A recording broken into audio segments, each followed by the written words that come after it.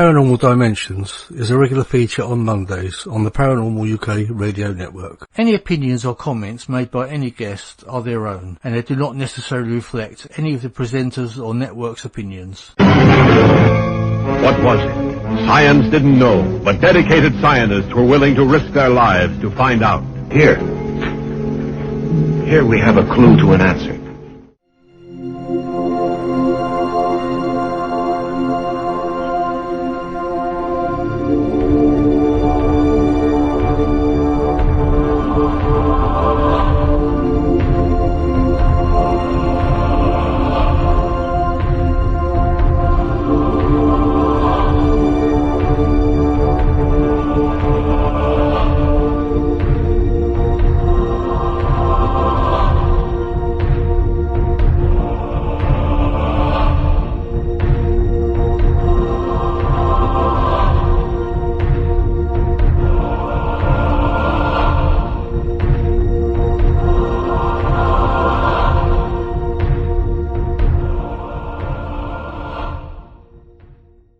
Hello, this is Michael Feely and you're listening to the Paranormal UK radio network, the UK's biggest paranormal network, and this is Paranormal Dimensions with David Young.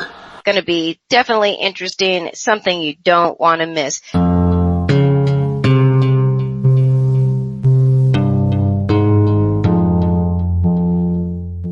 Hello and welcome to Paranormal Dimensions. This is show number 100. I've just had a 3-week break. You may be aware or unaware if you've not heard the show before. Thank you for that intro, Michael. Now, Michael Feely will be coming back on the show again in a couple of shows' time. He has been on the show a couple of times before, but he's got another new book out, I believe, and we'll be talking about that. I'd like to say thank you to everyone that sent messages over the 3 weeks I've been off. Most of them have been like Happy Christmas and Happy New Year and everything like that. But there's a couple of other comments that have been nice. Dean Hammer, he says, always look forward to your shows, David. Thank you so much for all the marvellous work you do. Well, Dean, thank you very much for that kind comment. I only do what I can do, and I just hope you enjoy it, and thank you. Just thanks for the comment. I'd also like to say thank you to Paula Lomax. She says, I'm glad you're back. I missed listening. So thank you very much, Paula. Yes, I'm back, and I hope you'll continue to listen. I'll dedicate this show to you. Okay, now, since this is show number 100, I've got a very special guest. His name is Mr. Andrew Collins. He's been on Ancient Aliens. He's written so many books that I've lost count. In fact, his portfolio is so vast, it amazes me. And I know you're going to find him very interesting. I'm sure a lot of people will know who he is anyway. But just before I introduce Andrew, I'd better give you my email address in case you'd like to get in touch with me with any requests or suggestions or comments or anything really, complaints. I don't mind. My email address is davidyoung2qn@yahoo.co.uk. That's davidyoung2qn, all one word, @yahoo.co.uk. Okay, now, as I mentioned, we've got Andrew Collins for this particular show. He's been described as challenging the way we perceive the past. And he's written a number of books, as I said previously. I think there's probably about 20 books out there. I'm not quite sure exactly how many, but we'll find out hopefully on the show. So without any further ado, Mr. Andrew Collins. Hello, Andrew. Welcome to the show. Hello, David. I am very happy to be here. Exactly. It's very nice to have you on the show. As I mentioned just now, this is show number 100, and to get someone of your stature on my show, I'm very honoured. So thank you very much, Andrew, for coming on. It's my privilege. This is the first radio interview I've done in a while, I'll be honest. Others are asking, but I just can't be bothered at the moment. Right. Well, thank you again then.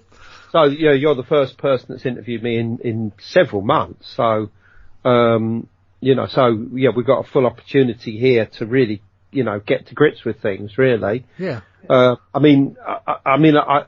don't generally write out questions, because I like the spontaneity. I'm quite happy to just answer whatever comes up, really. So, but of course, obviously what that means is I don't know what's going to come out my mouth until it's too late. That's absolutely fine. And I've just been saying to you, I've just moved to Canby Island, so I'm actually broadcasting from Canby Island now, which is not too far from you.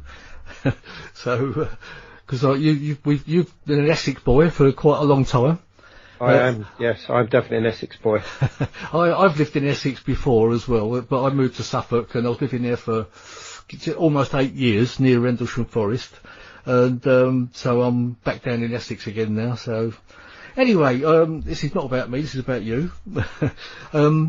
Now, I'm really intrigued to find out how you actually got into, as I said, your repertoire of your interest and your investigations and research is so vast. It amazes me, actually, your knowledge.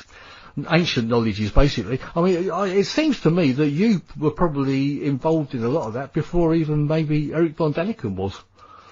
Oh, I don't know about that, but I mean, obviously, his, groundbreaking book, Chariots of the Gods came out in 1968 in Germany, I believe, and then within a year or so it was released in English language edition.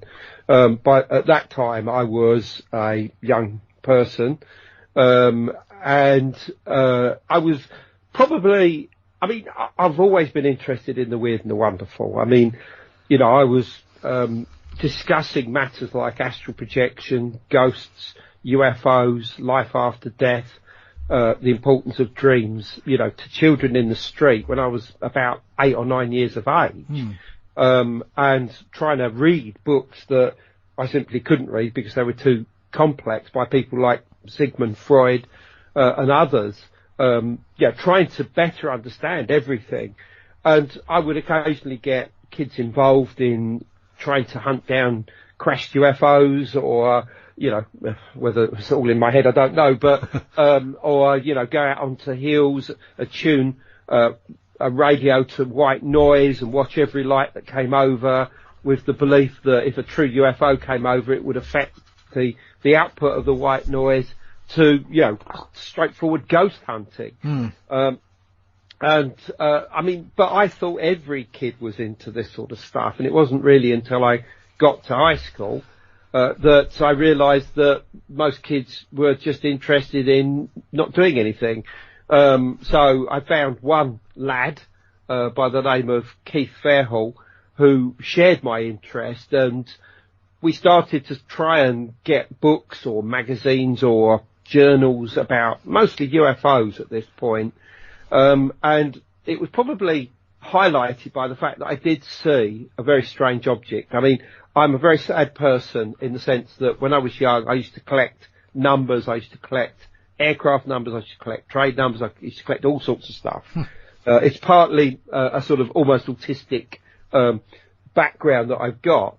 And then one night, because I knew so much about aircraft, I saw this object pass across the vision of my window as I was laying in bed, and it clearly wasn't a normal aircraft, and it was just a very bright light. Now, if I wanted to be sceptical today, I could say it was possibly just a very bright meteor or something like that, but it looked very odd, and at the time I thought maybe this is a UFO, and how do I categorise it? How do I write this up?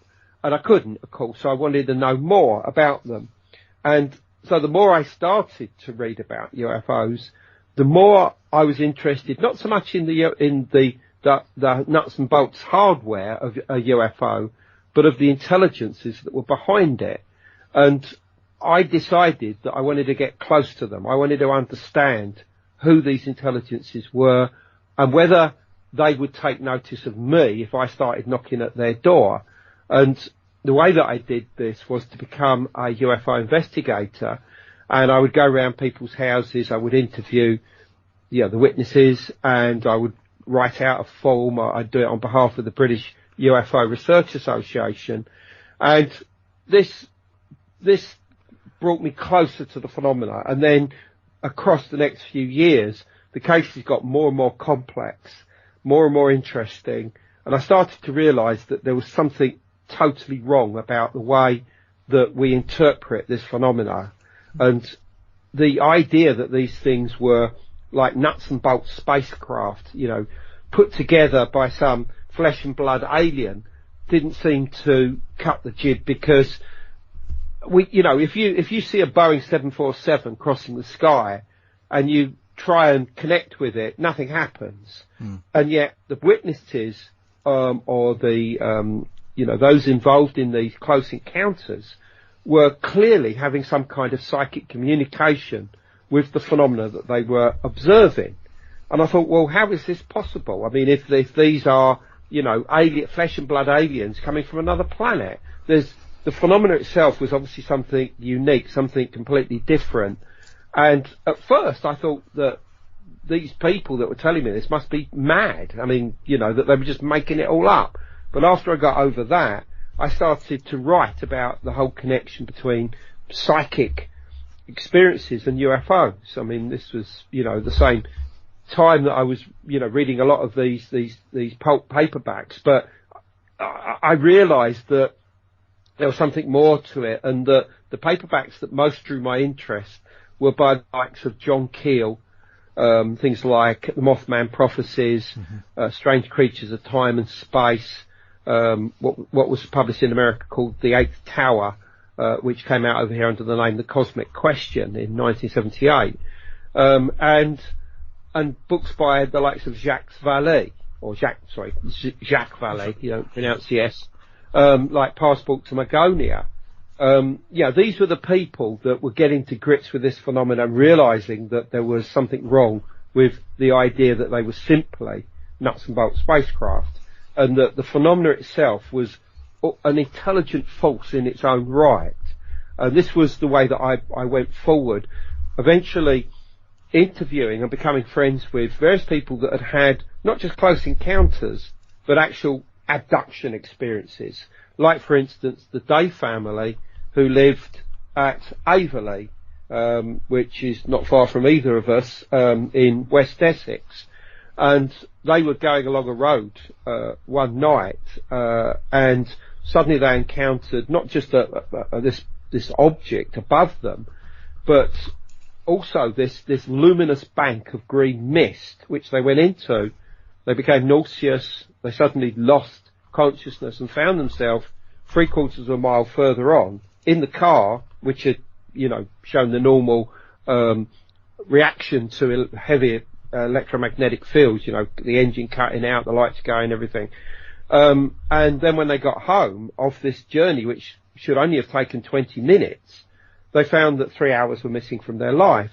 Now, I became very good friends with the family involved here, John and Sue Day, and their 3 children.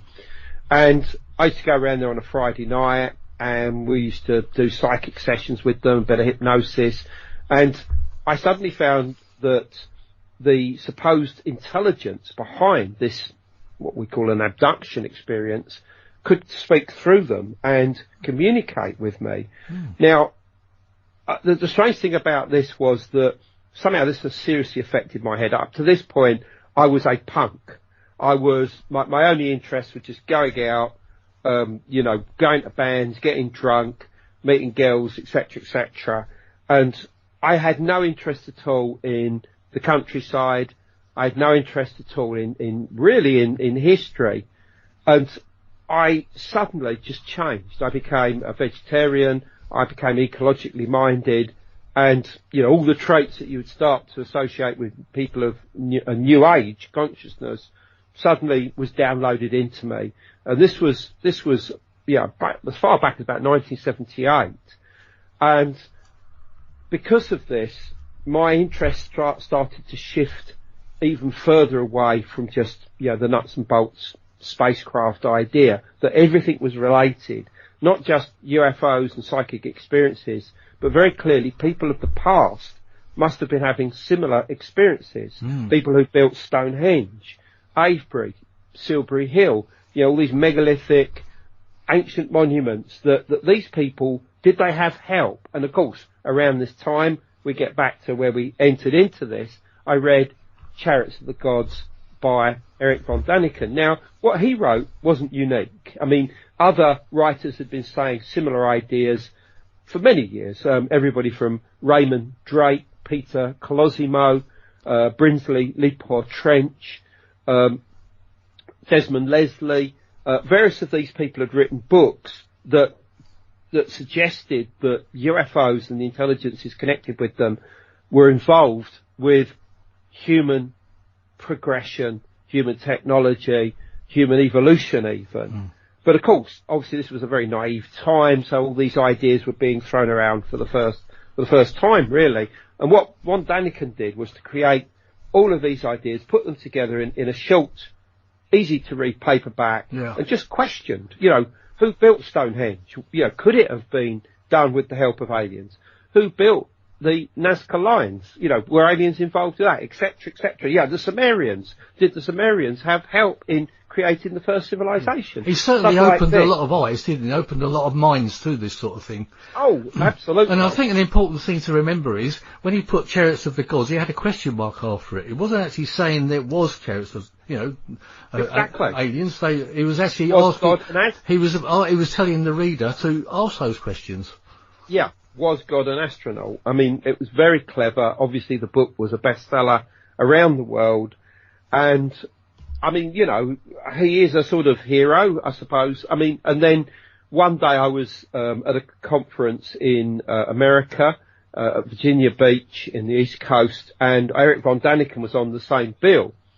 And, I knew I was going to be watching him later on, but he actually came up to me and said, the great Andrew Collins. Wow. He said, would you please sign one of my books? And that was my first introduction to Eric Von Daniken, when quite clearly, without him, I might not have written the books that I did. Yeah. So that was an incredible compliment. And I've gone on to become a good friend of Eric Von Daniken and spend some quality time with him. And he is a great and very funny man. Yeah, I know. He's in his 80s. He's in his 80s now, and he still likes to excel in life, let's say. And I mean, it is a brilliant thing to see. I mean, so he's become even more of an inspiration now that I actually know him as a man. Yeah, no, he is funny. I actually was lucky enough to have a drink with him in the bar in Manchester a couple of years ago when he was over here. And the funny thing was, as I walked into the hotel I was staying at, he was actually in the foyer. And I walked over and said, oh, it's Mr. Von. He said, oh, I remember you. So, I mean, that blew me away, actually. It was you must have had the same feeling, to think that this man is actually recognising you. Yeah. I mean, not that I've written books and done what you've done, but to actually be recognised by him is actually quite an amazing feeling. So I know how you felt. Yeah, absolutely. But yeah, he was the man that really introduced me into this world, really. Into this world of UFOs and making me think about what was really going on. I know. I mean, as I said, he wasn't the first person that had suggested that what we might call aliens were involved with, human evolution or human history.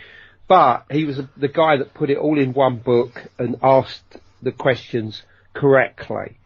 And that catapulted this whole subject. And I think for some years, particularly as you got into the 80s, UFOs changed to become more abductee orientated, and then obviously you had subject matters like the Roswell crash, which emphasized the idea that governments, particularly the US government, might have more information than they're telling us about the UFO phenomena and about aliens, and that they may even be back engineering technology, and that one day there may be some kind of disclosure where all of these ideas would be, put into the public, into the public forum.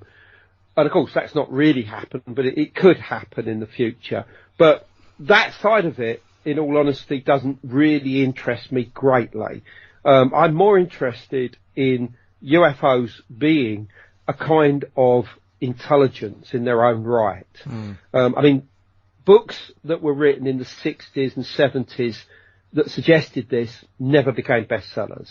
I mean, and yet they are some of the most important books that were written on this subject. And I'm not just talking about John Keel or Jacques Vallée, but I mean books by the likes of Carl Jung, Flying Saucers, which written in 1959, where he showed that the phenomena was endemic to human consciousness, but that although it was real, we were putting the faces on it of what we wished to see in front of us, whether it be space aliens or angels or some other archetype, the Virgin Mary. He was the first person that really suggested this. And Trevor James Constable, in the book The Cosmic Pulse of Life, he put forward the idea that the objects that we call UFOs were for the most part invisible and that existed on some higher level of the electromagnetic spectrum, and that you could photograph them sometimes using infrared film. And in his book, he had loads of pictures of these, what he called critters or space critters, in the sky, and again brought the idea that the UFOs may be some kind of life form in their own right. And then during the 1980s, you had people like Paul Devereaux, who wrote two incredibly important books. One was called Earthlights, and the other one was called Earthlights Revelation, where he looks at UFOs, particularly balls of light or objects of light, and sees them in terms of some kind of manifestation of energy produced either by the Earth or within the atmosphere, and that it creates these short-lived objects which he chose to refer to as Earthlights, and that they interact with us, that some kind of psychic interaction can take place, which resonated completely with the way that I thought. I mean, that reading his books changed my ideas forever. But one of the most important books, and I'm just about to pull it off the bookshelf now, and this is the book people should read, and it's by Michael A. Persinger and Ghislaine Lafreniere, called Space-Time Transients and Unusual Events. Space-Time Transients and Unusual Events by Michael Persinger. I mean, this is an extraordinary book. I mean, paved the way for all of the ideas that we had today. It came out originally in 1977, but I didn't read it until the 90s. But this guy had put everything together back in 1977 and went on, not only to create what we call the God helmet, which a lot of people will have heard about, which is this, motorcycle helmet, if you like, with all these electrical circuits going around that you sort of plug into your brain by wearing this helmet, and it will create experiences of interacting with everything from, spirit entities to aliens to God himself, hence the term the God helmet.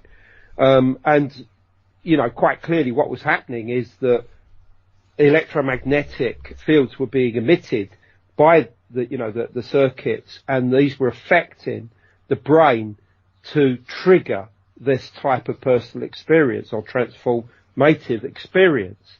And what he was saying is that this is exactly what happens when you come into contact with UFOs, that they emit these electromagnetic fields that affect our brains and create this entanglement, basically. I mean, I use that term, no, he didn't use this. This is a term that I would use today. That, in other words, this communion, this two-way communion would take place. But the thing that both Paul Devereaux and Michael Persinger did not say and would not, venture into admitting is that these objects are intelligent in their own right. In other words, it's not simply us interacting with them that gives them any kind of, sentience. They are intelligent beings in their own right. And obviously this is something that I've written about in various of my books, from The Circle Makers back in 1991 to Alien Energy, which came out in 2004, to 2011's Light Quest, the book Light Quest, seeing and interacting with, with strange lights, UFOs and plasma intelligences. And I'm pleased to say I've got all three of those sitting in front of me. Well, thank you. I appreciate the support. And I've not revealed what's in the new book, which I've just delivered to the publishers. But what I can reveal is that it will be following through some of these ideas, and it will be asking that question once again. Was God an astronaut? But the answer will be not so much whether he is a flesh and blood alien, as in, astronauts from another stars, but we are getting to the point now where we're basically saying, was God a transdimensional being? I was going to get into that, yeah. And that's where this whole book, but, the book isn't a UFO book at all. It's a very sensible book. It starts 400,000 years ago in a cave in Israel with the first shaman performing a ceremony in a manner which is going to be almost out of this world to try and understand, but I've tried to recreate it. And it's a place called Kezem. Kezem means magic and divination. This is not a joke, by the way. This is not a fantasy. This is what we now realise was going on in Israel as much as 400,000 years ago, that the first recorded evidence of a shaman actually doing something is in this cave. And it comes in the form of a swan wing bone, the wing bone of a swan, that has been modified, not only for use, but quite clearly that the feathers that were on it were removed and utilised probably for some kind of ceremonial garb.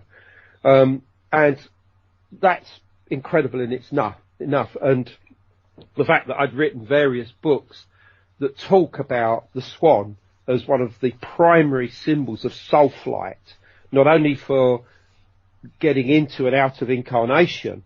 In other words, the dead will take the form of a swan to go from this world to the next, but also the fact that the swan is a symbol of cosmic contact, basically. And yet here you have these people 400,000 years ago using exactly the same totem. This is the oldest totem. In other words, an animal used to connect with otherworldly situations, with magic or foretelling the future or whatever. The oldest totem is the swan.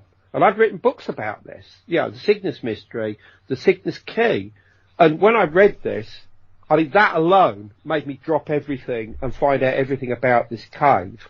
But in the additional knowledge that this community, the Kezem people, were the most advanced community on the planet at this time, creating some of the firsts for humanity, says what the hell was going on there at this time. And I dropped everything and I went out to Israel last December.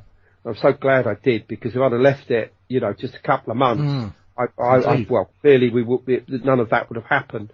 And for me, in my half of the book, because it's also being co-written with my colleague, Greg Little, who I also wrote the last book with, Denisovan Origins. We both write halves. He's written one half, I've written the other half, and we find this is an incredibly good formula. And I mean, they relate and complement each other, obviously, but my half starts off, at the Kezem cave, and the first several chapters will be explaining this shamanism, what it meant, why they started it, how they may have been developing these ideas and how they related to their ancestors, who their ancestors were, and how they first started travelling from this world to the next. And was it possible that these journeys into the other world allowed them communication with very real supernatural forces that helped evolve and develop them and help their progress in the manner that we see in connection with the Kezem people. And that's just the first several chapters. I mean, that's, it carries on from there. And eventually we start looking at the idea that we are dealing with some kind of hyper-intelligence that is probably not flesh and blood in nature, but is actually transdimensional.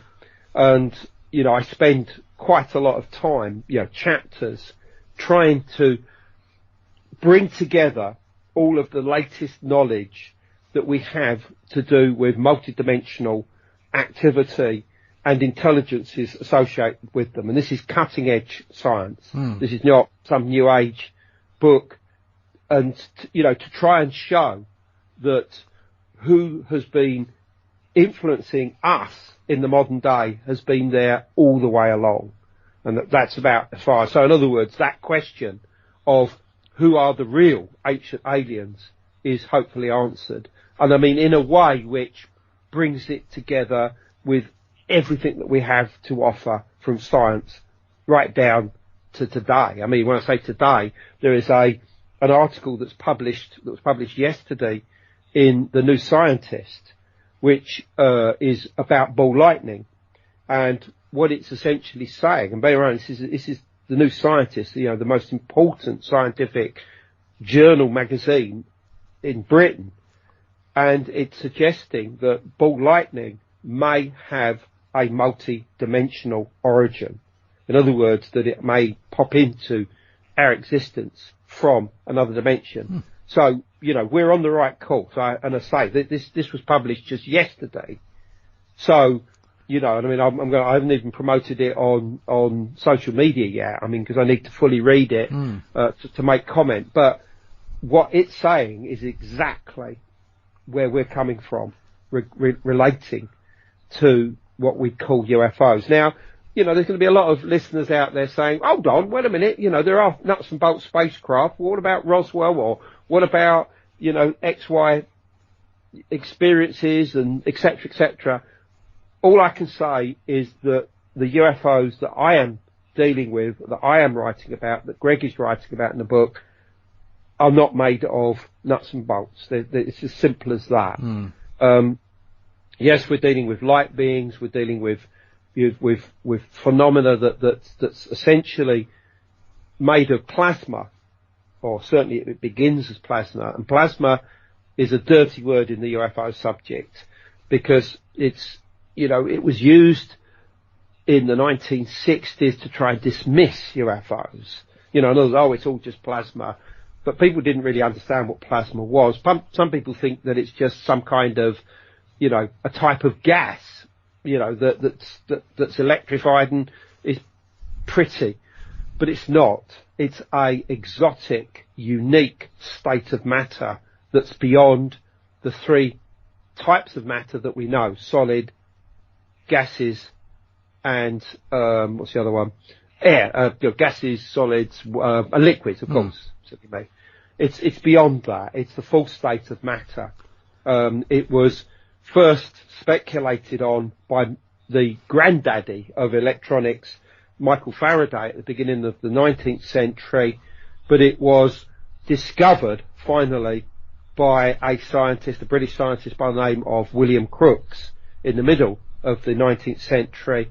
He called it radiant matter, and eventually it would come to be called plasma. And the reason why it came to be called plasma is because the way that it acts is similar to the way that the plasma in the body functions with the red and white blood cells, and has a mannerism that makes it alive. And this is the reason why plasma is called plasma, is because it acts as if it's alive. And when I say acts, that's the way that science has taken plasma. But we're going beyond that now, and we realise that plasma itself is intelligent. It's allowing intelligences to rise up into a three-dimensional reality from a deeper level of existence. And this was a conclusion that was brought forward by a guy called David Bowen, who was a quantum physicist, American-born, came over to Britain, spent most of his time over here during the 50s, 60s, 70s. He wrote various books about plasma and, you know, and this deeper level of existence and the intelligence that he believed could rise up through plasma environments and manifest into our world.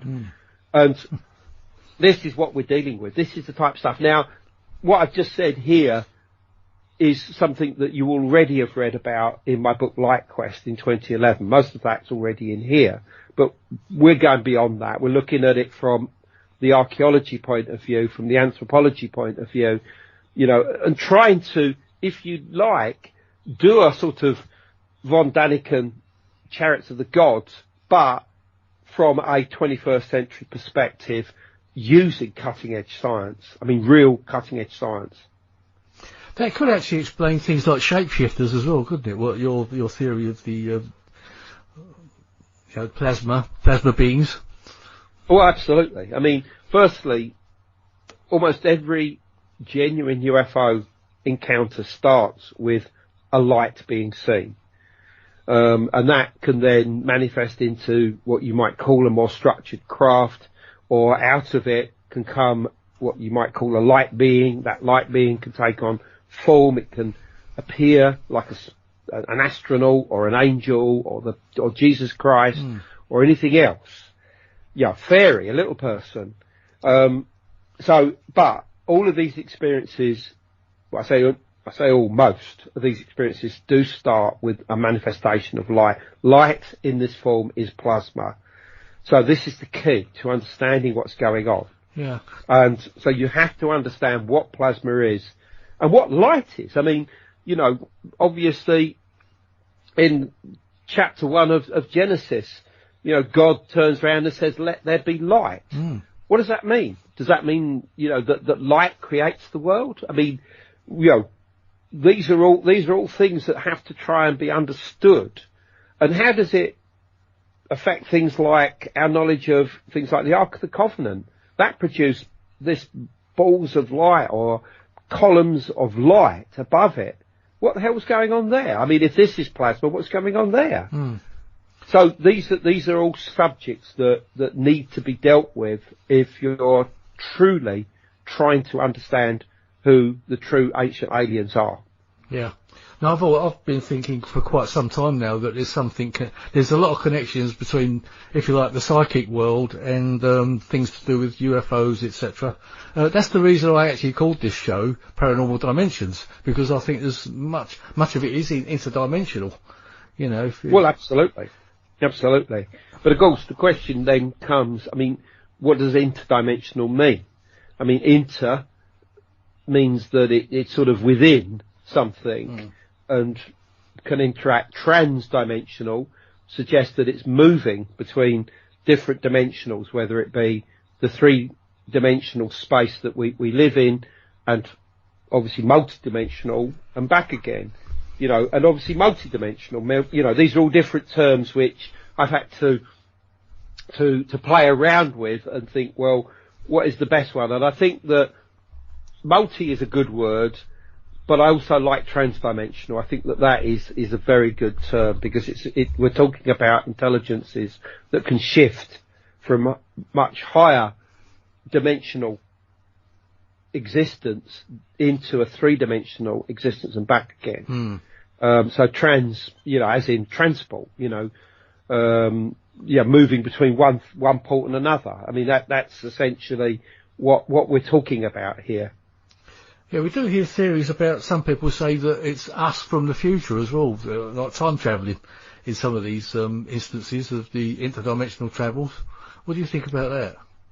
Well, I mean, it's possible, and the reason why it's possible is one of the keys, excuse me, that silly noise, one of the keys to understanding this is what we call quantum entanglement.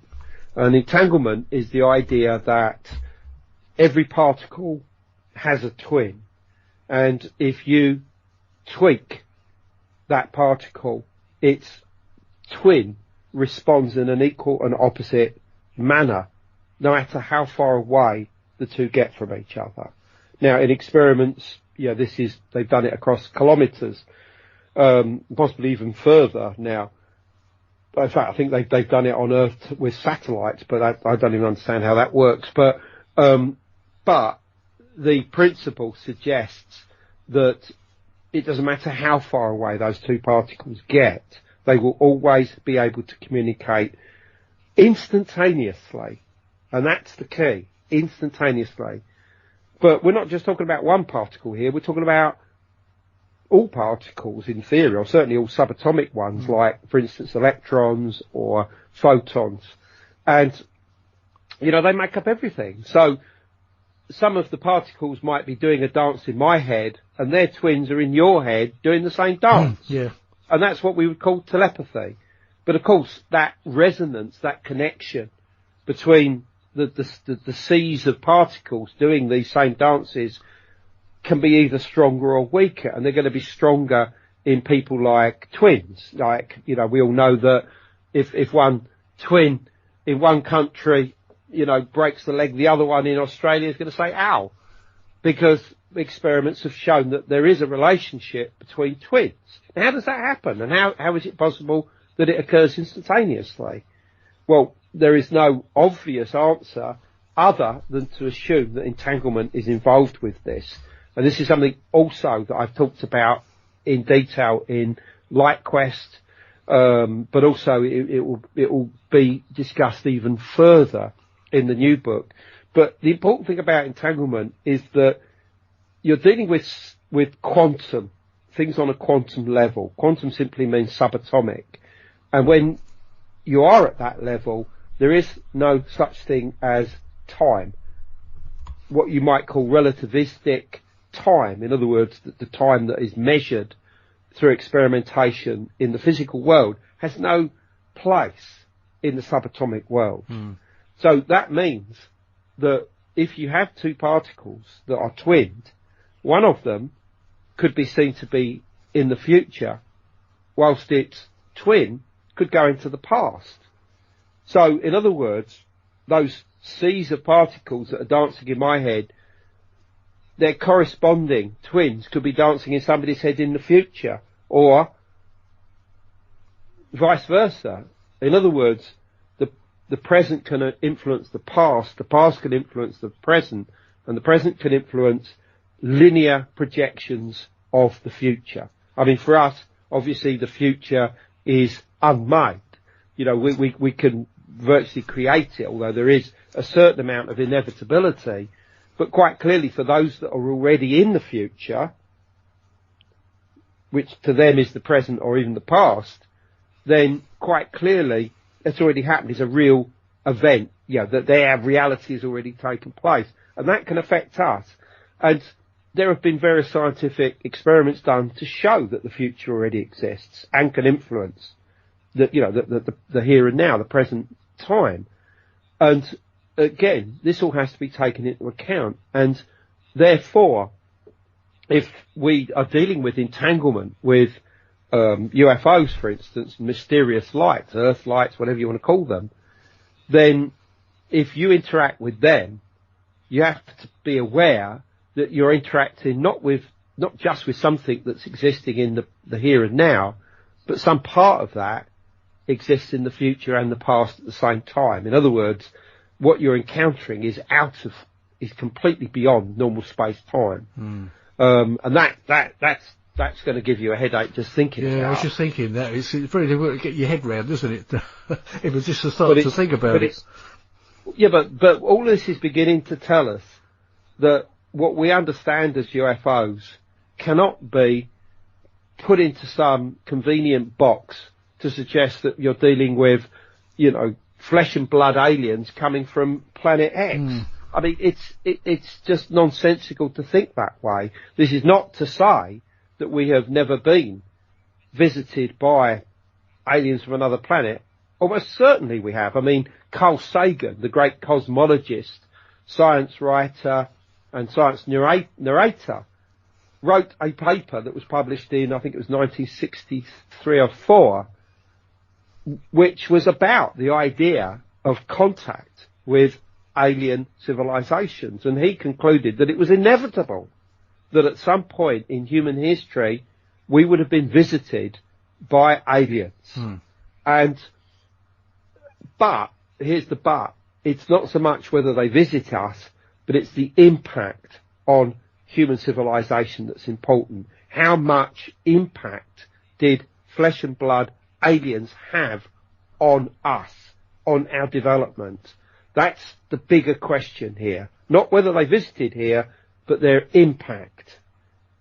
So I don't think it was quite the same way as, let's say, Eric von Daniken has written about in Chariots of the Gods.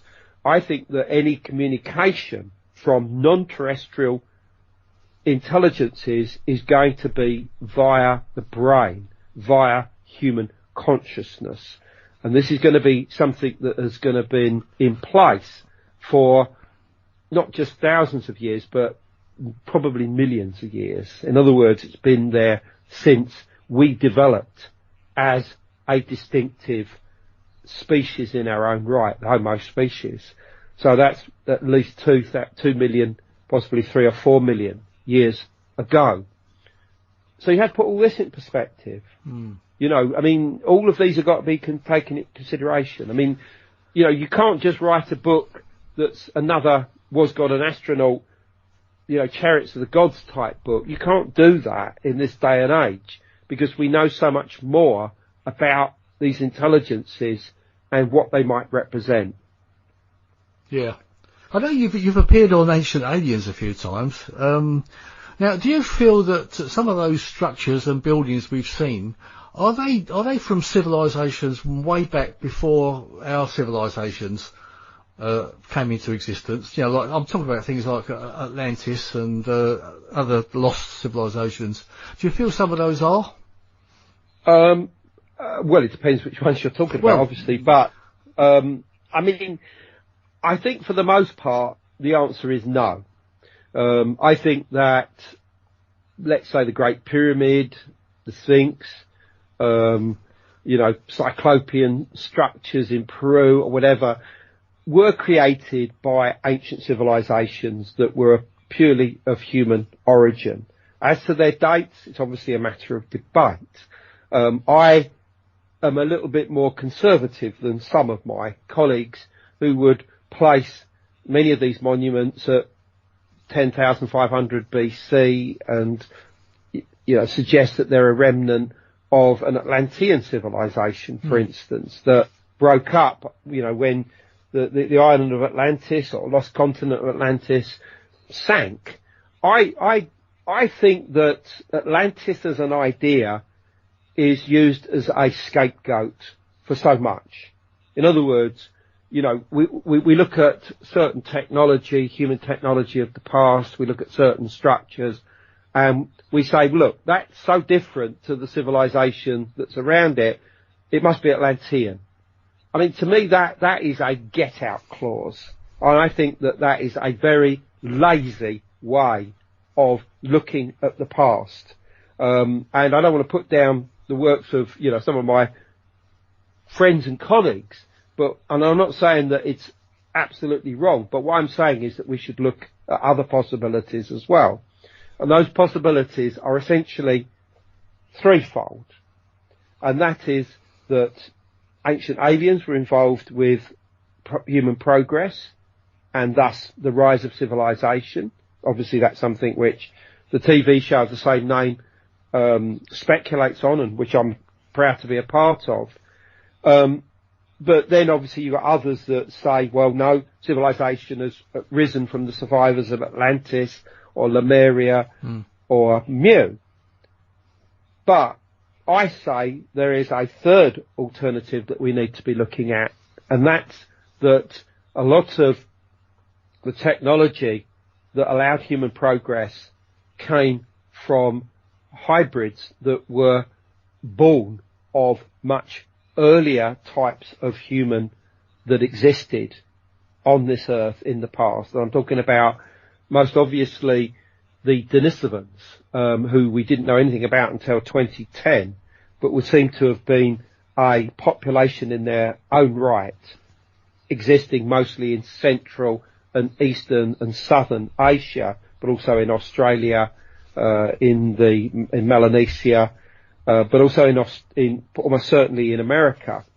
And they, from all we have, would appear to be incredibly intelligent. I mean, we're talking about evidence that's coming out of a Siberian cave that's produced jewellery, for instance, that's incredibly advanced and dated at least 45,000 years old, manufactured by a type of human we didn't even know existed until a bone had its DNA sequencing done and was found not to be Neanderthal, not to be modern human, but something completely different. And we now call them Denisovans because of the cave that they were found, which is the Denisova cave. And, so then you have the Neanderthals. Neanderthals existed through until about 30, 40,000 years ago. And they were incredibly significant in that they had all sorts of technologies and ideas. And so did we inherit a lot of our early technologies from the Denisovans, from the Neanderthals? And we've just forgotten that conveniently. In other words, we didn't develop it ourselves, or certainly I should say on our own, but had the help of the Denisovans, the Neanderthals, and the hybrids, because we mated with all of these people to create, Denisovan human hybrids or Neanderthal human hybrids. And these had mindsets that were quite unique, that were fertile for rapid development as much as 45,000 years ago. And this date, by the way, coincides with the beginning of what's known as the Upper Paleolithic period, when all the great advances started to occur and led eventually around 11,500 years ago to the beginning of the Neolithic and the creation of incredible, extraordinary sites like Göbekli Tepe in southeast Turkey. And so you've got the Kezem people 400,000 years ago in Israel. You've got the Denisovans in places like Siberia and in Tibet, as much as 200 to 45,000 years ago. And then you've got places like Göbekli Tepe, 11,500 years ago, and that leads eventually to the Great Pyramid and the rise of Egyptian civilization, because there's a clear link and transfer of knowledge from Göbekli Tepe to the founders of Egyptian civilization. And this is it. I mean, so you've got to factor all this into perspective. You can't just look at the Great Pyramid and say, oh, isn't that so different to, the achievements of civilization around it? It must be Atlantean. You don't have to see it that way. Göbekli Tepe was 7,000 years earlier than the Great Pyramid. So isn't that enough time for us to develop the skills to create such a monument as that? In the same way that in our own last century, we've made incredible advances. You think from the Victorian era to today, I mean, that's just 120 years. And you look what we've achieved, in a digital computer world, going to the moon, connecting through astronomy and radio astronomy to places on the far side of the universe, etc., etc.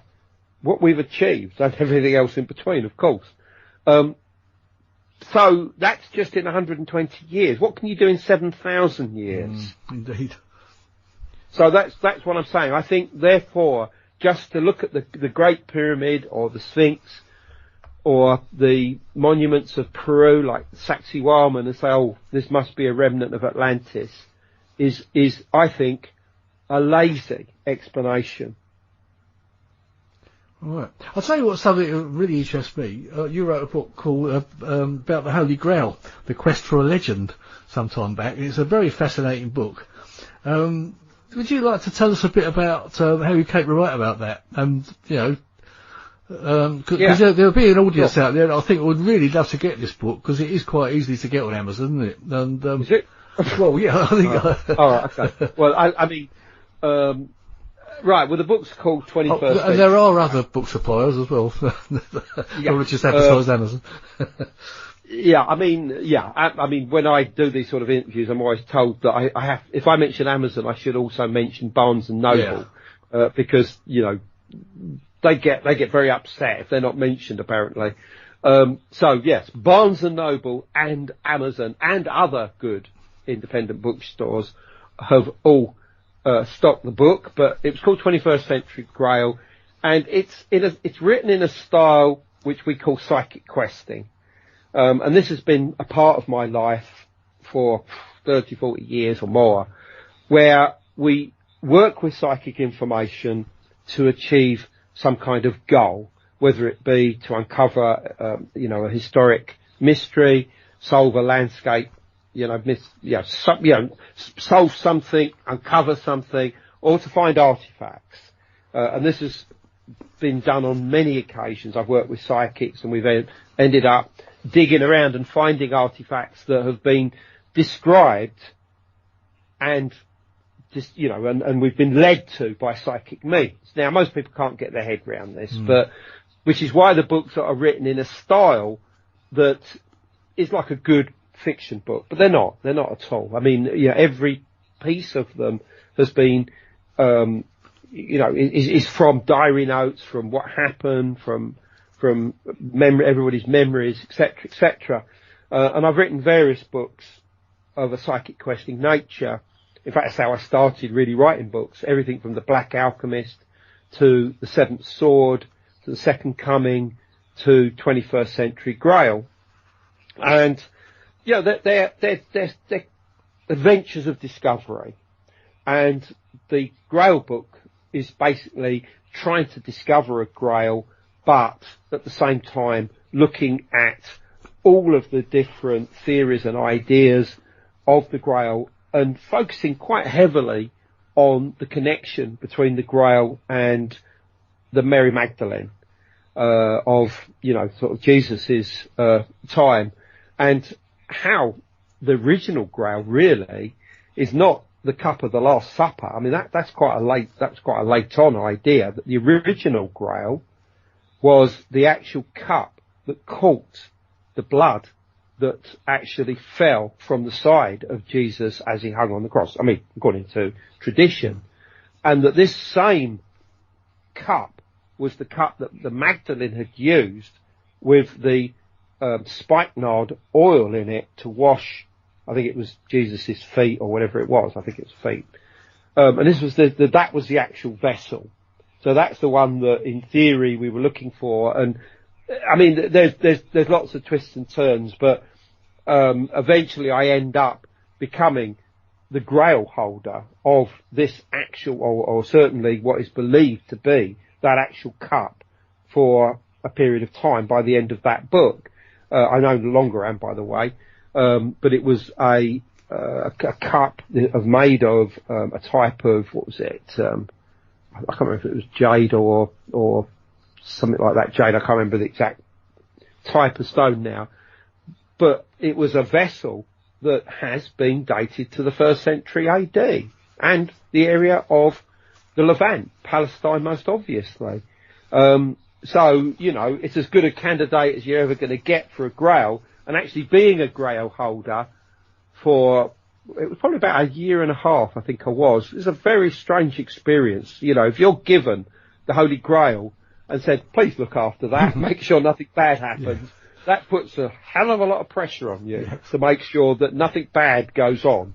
So a lot of it's about that as well. But I mean, I cover all evidence that we know about the Mary Magdalene, her relationship with Jesus, her connection with the Grail, and the rest of it. I mean, to be honest, if I was to redo the book, I would not call it 21st Century Grail, and I would also take out some of the psychic stuff that's in there. I'd probably call it the White Grail, and just have a white cover with a white cup on it or something, because unfortunately that particular book, if I have to say there was one book in my life which didn't do anything as far as sales are concerned, it was that book. Oh, really? 21st Century Grail. Yeah, the cover. Yeah, just look up the cover.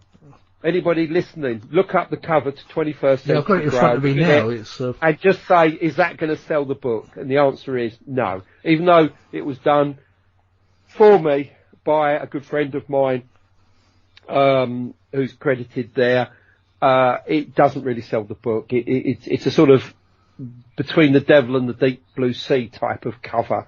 And, so I don't think it helped. No, you know, if you're doing a book on the Holy Grail, it should be marketed in a certain way. And one day maybe I'll sell it on to another publisher.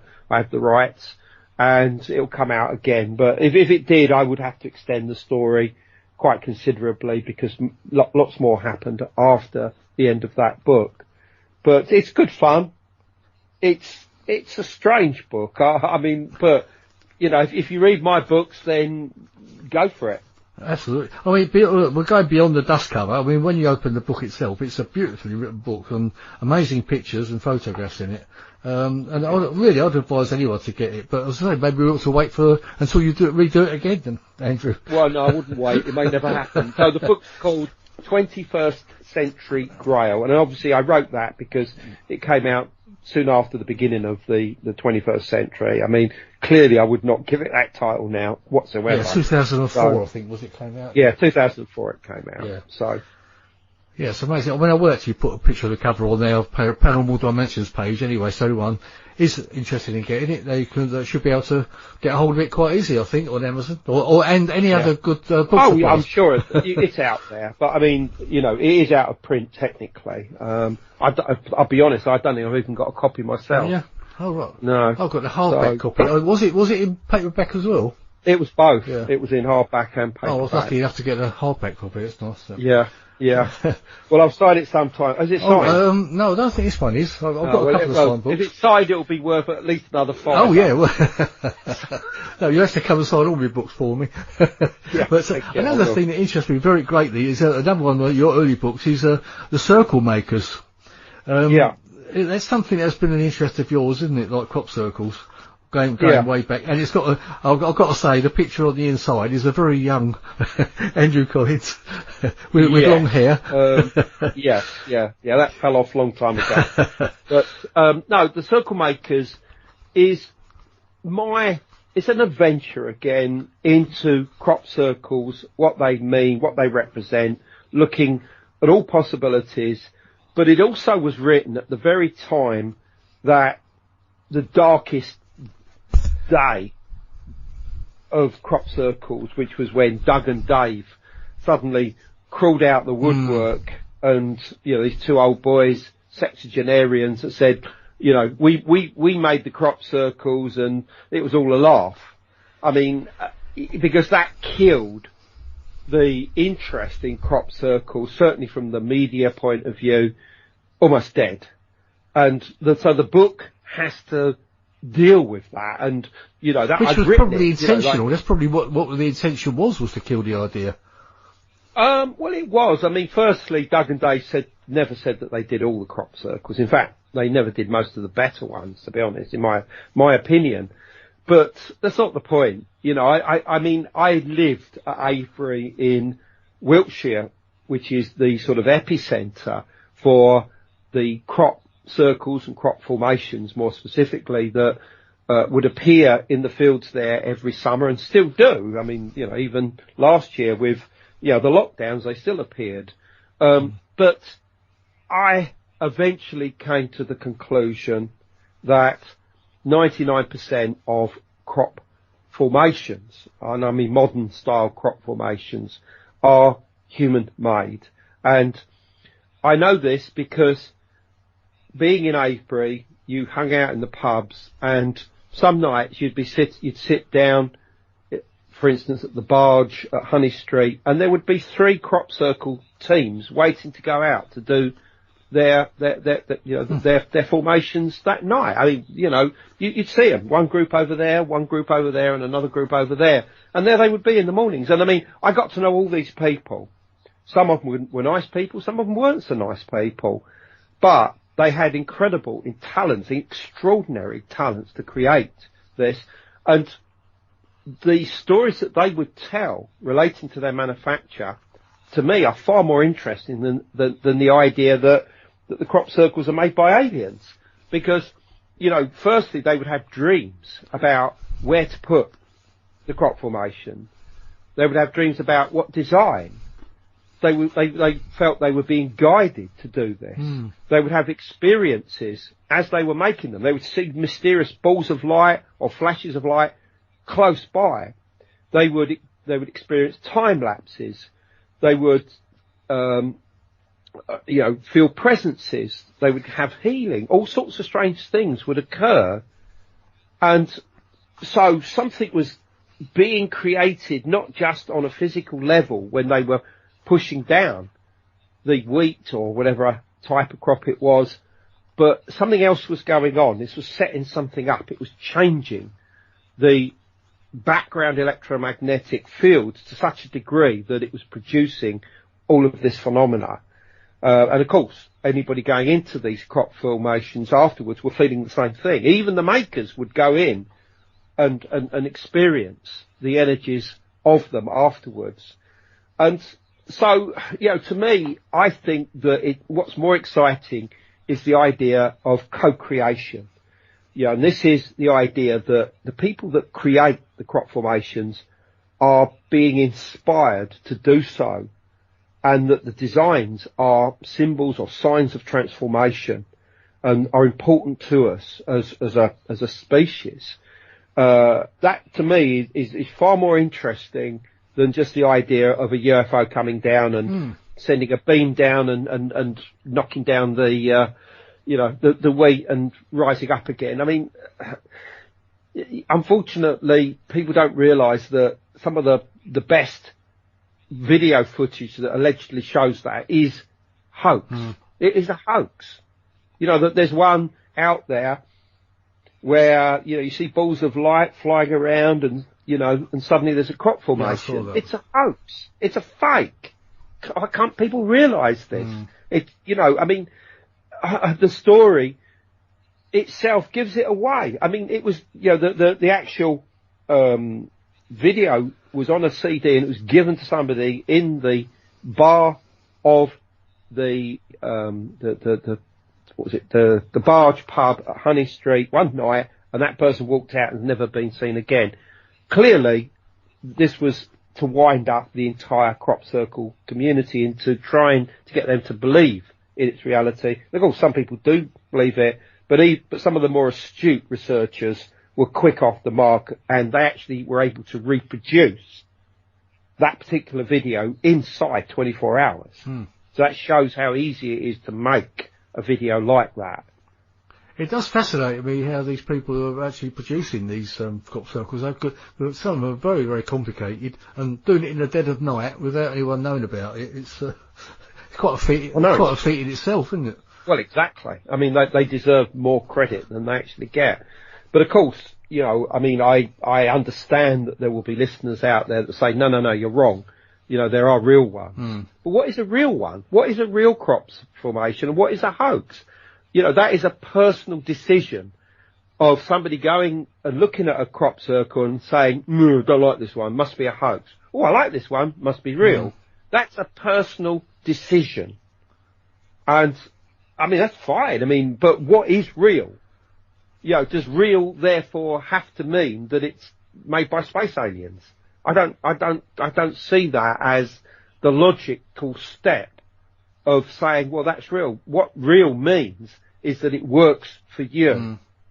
It looks good. It feels good. You can have experiences in it. It's in the right position, the right location. It comes at the right time. You interact with it better. And to be honest, it's a little bit like Schrodinger's cat. The whole thought experiment of there is a box, there's a cat in it, there's radioactive stuff. Is the cat alive or dead? The Edwin Schrodinger's famous, mind boggler. And it's the same thing, it's with crop circles. It's better not to know anything about who made them and just experience them for what they are, because then if you don't put preconceptions on them and just experience them for what they are, then I think that you get a better experience out of them. That's the way I feel about them now. I love going into them. I love, getting a sound recorder and trying to record an EVP, electronic voice or spirit voice. I love taking photographs, see if anomalies come out. But I'm under no kind of, assumption that they're made by aliens. It doesn't bother me. I don't care who makes them now. Yes, back in the beginning of the 1990s, as that book, The Circle Makers, will show, I did go in believing that some kind of energy force, perhaps connected with Wilhelm Reich's so-called orgone energy, was responsible for that. And I still think that some kind of strange energy is associated with them. But I now am 99% certain that the majority of them are human made. But that's not to say they all are. Notice I didn't say 100%. Yeah, that's right. You said that 99%. Because we know that crop circles were being found, the beginning of the 19th century. They were called devil circles, fairy circles, and they were classic crop circles. And also in the 60s and 70s, you had what were known as saucer nests, and these were similar circles in all types of crop, even in marshes, that were found, and objects were seen in association with them, UFOs rising up from them. And these I'm certain are real. These were created by some kind of perhaps intelligent energy phenomena. So some of the crop circles that came after, the whole subject started blowing up in the late 1980s, some of those could still be genuine. But if it is, it's an incredibly small percentage. And on top of that, we can't see the wood for the trees, really. I mean, in other words, if one is genuine, then it's one of 100. Yeah, which one? So yeah, that's right. I understand that entirely. But I think the concept of these people may well have been, how would you put it, mind controlled in fact to make them is quite an interesting concept to me. Well, it's what we call co-creation, but it's a similar idea to the surrealist painters of, let's say, the 40s and 50s of the last century, of which obviously the most obvious is Salvador Dali, where they would go up to a blank canvas and channel the spirits or the ancestors through them to paint and draw and to write. And they believed that they could do automatic painting, automatic writing. So what's the difference? What's the difference between a canvas that you can paint a picture on and a canvas which is a wheat field, for instance, out in, out in the wilds of Wiltshire in England or something? There is no difference. It's just one's on a much greater scale, and obviously it's much more difficult to create things in the middle of the night. So that to me is what we're dealing with here. Oh yeah, a question I've got for you. Are you actually psychic yourself, Andrew, or is it that you use other psychics in these ventures? Well, let's go back to where I came in, and I considered myself to be as psychic as a brick. That's the term I used. Yeah. And the strange thing is that I would work with psychics, and my duty was just to write down whatever it was that they came out with. And, it would generally be a darkened room, probably a candle burning, and they'd be describing some scene, and I'd be writing it down. And when a question would be asked, an image would come into my head, and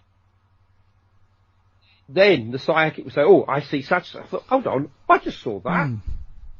And that happened a few times, and you start to realise that you're not as psychic as a brick, that you have the talent as well, perhaps not as natural or turned on as that of a real psychic, if you like, but you also have that ability, and that you can learn to nurture that ability.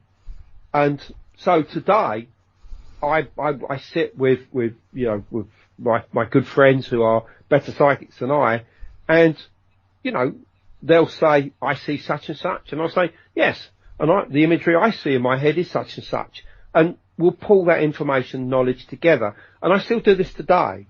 I mean, although my books are well researched, based on science, history, there is no question that most of them are inspired by psychic ideas initially, and that this gives me a unique perspective on history that I'm able to carry out research to try and back, and that allows me to make links which I wouldn't have come across if I was just reading books, for instance.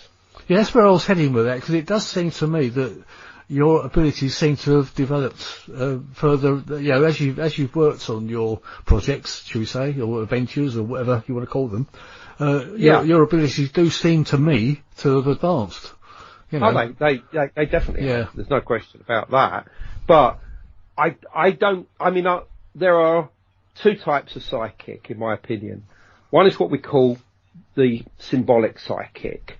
And that's somebody who, when they look into their mind in meditations or perhaps in dreams or whatever, waking visions, will see stuff that is quite symbolic in nature.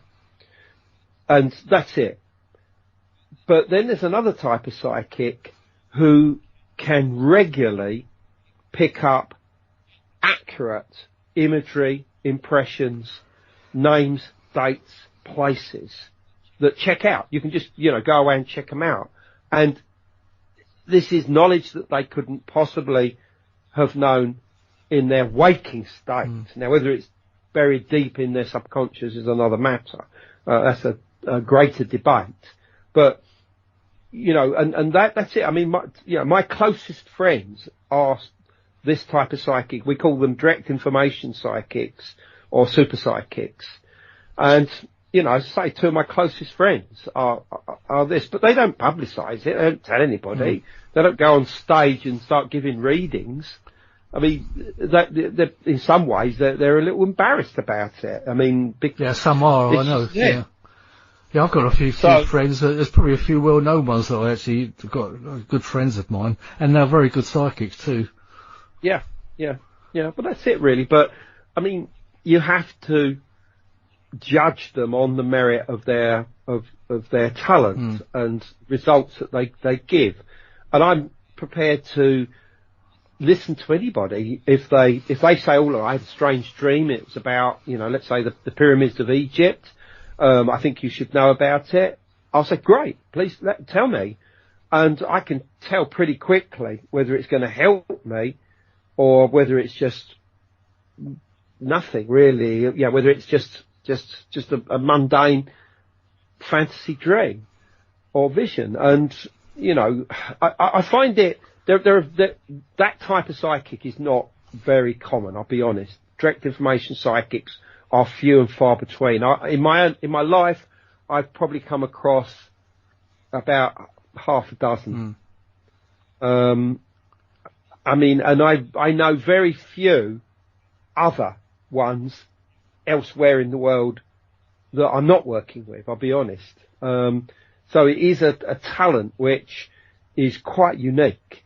But if you're working with somebody who you can say focus on a particular subject matter, like for instance, let's say the Great Pyramid. Say for instance, you say, right, tonight we're going to concentrate on the Great Pyramid to try and find out a bit more information that we don't already know. You'd set up the room, nice bit of music, burn a couple of candles, maybe a little bit of incense, create the ambience, and then you visualize light expanding out around you, and then some kind of tunnel leading you towards your destination.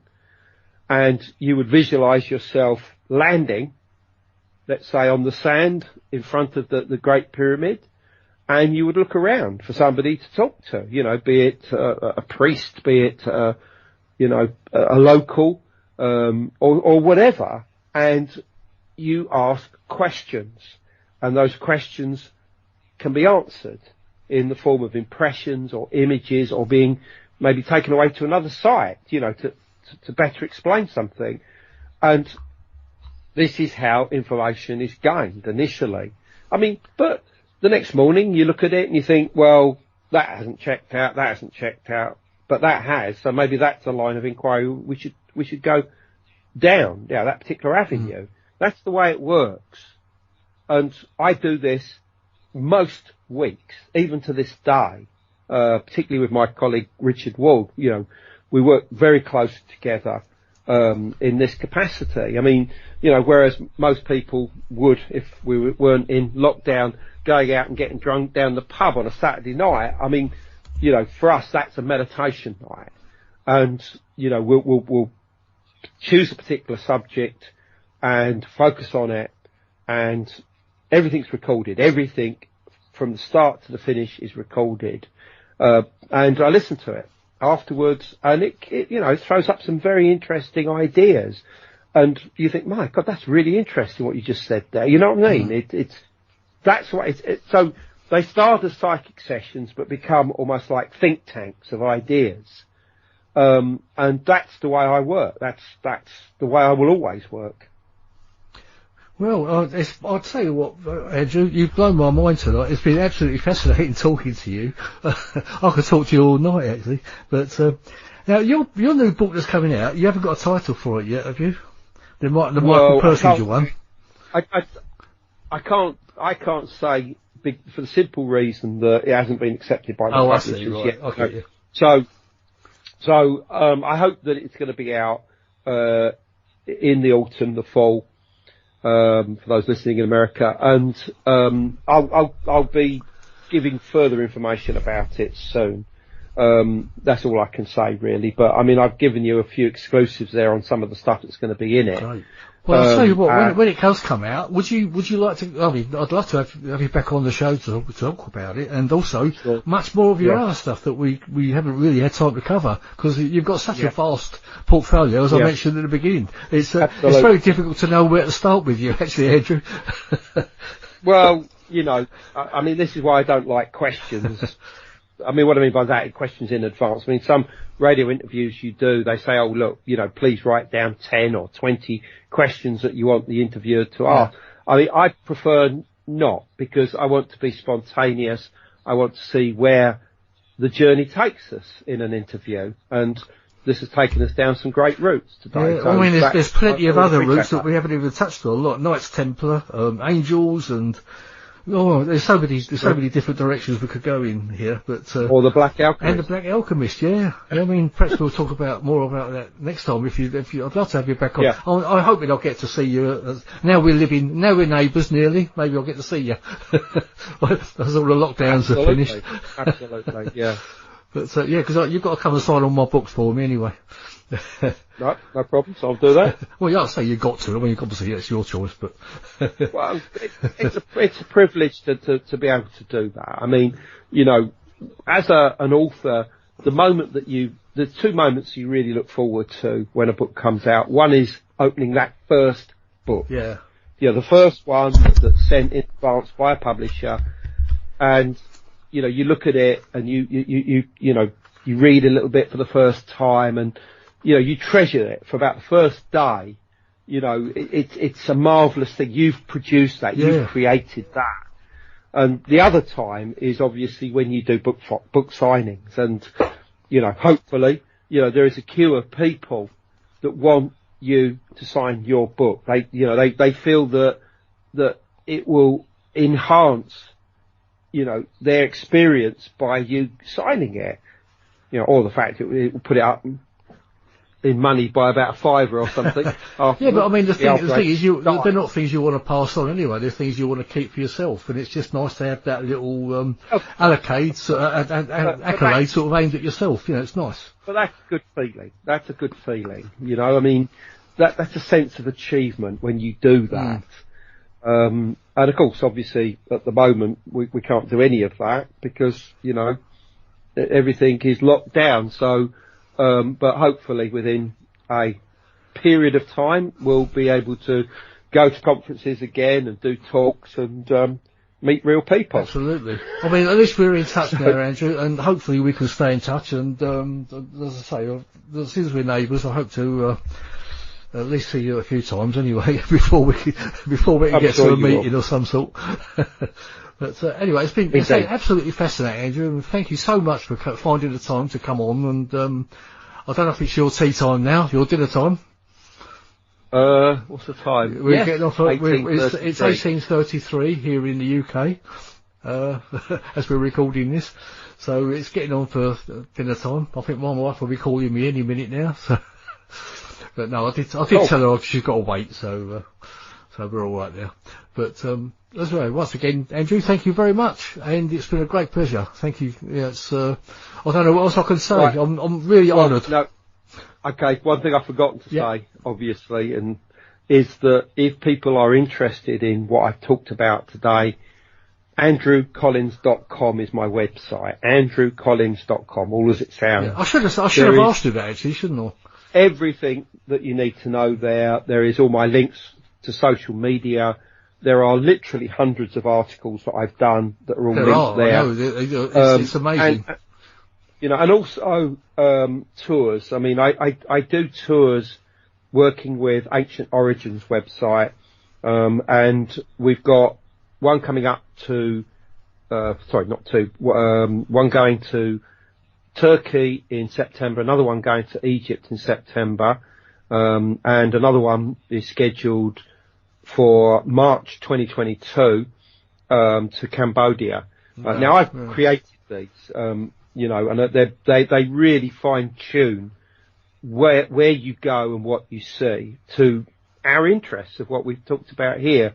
I know that this is not necessarily a time that people are thinking ahead to things like, tours and holidays, but all the information is there on andrewcollins.com.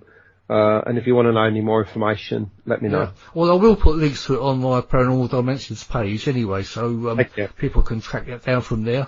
But and of course, anyone can always contact me to get in touch with you, or they can get directly in touch with you. So that's brilliant. And I encourage people to sign up for my Instagram account as well. I mean, I put all sorts of stuff up on there, some great pictures and stories, and obviously Facebook as well. Yeah, I'm linked to you on Instagram. I'm following you on there.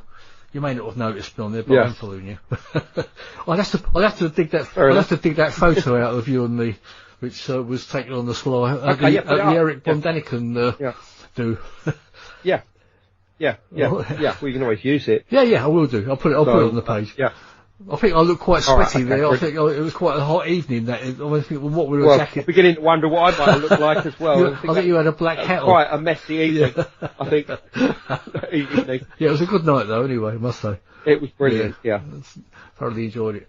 Okay, I'll let you go then, Andrew. Thank you very much for coming on again, and we shall be in touch. And as I say, I hope to get to see you.